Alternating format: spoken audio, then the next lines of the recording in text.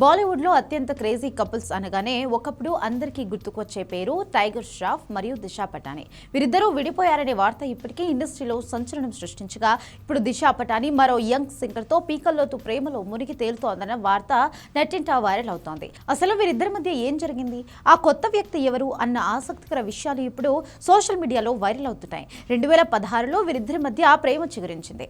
దాదాపు 6 సంవత్సరాల పాటు వీరిద్దరూ చట్టాపట్టాలు వేసుకుని తిరిగారు. విదేశాల్లో వెకేషన్లు, జిమ్ వర్కౌట్లు, రెస్టారెంట్స్ లో సందడి, ఇలా ఒకరిని విడిచి మరొకరు ఉండలేనంతగా కలిసిమెలిసి ఉండేవారు. టైగర్ ష్రాఫ్ ఫ్యామిలీకి కూడా దిశా పటానీ చాలా దగ్గరైంది.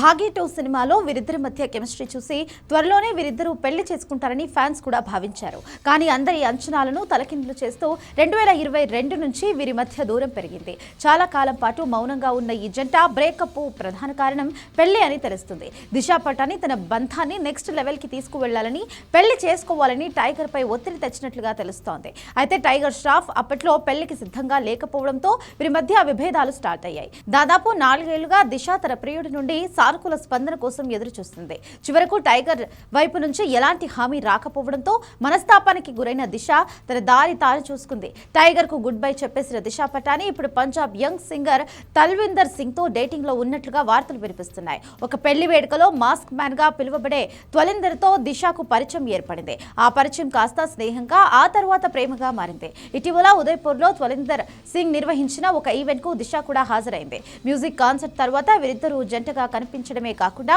చేతిలో చేయి వేసుకుని తిరుగుతూ కెమెరాలకు చెక్కారు. వీరిద్దరి మధ్య ఉన్న క్లోజ్నెస్ చూస్తుంటే దిశా పటానీ తన కొత్త అఫైర్ ను అధికారికంగా ఖరారు చేసినట్లుగా కనిపిస్తోందని నెటిజన్లు కామెంట్స్ చేస్తున్నారు. ప్రేమ వ్యవహారాలు పక్కన పెడితే దిశ తన కెరియర్ పై కూడా గట్టిగానే ఫోకస్ చేస్తోంది. 2025లో ఆమె సినిమాలు ఏవి విడుదల కానప్పటికీ 2024 ఆమెకు మంచి గుర్తింపు తెచ్చింది.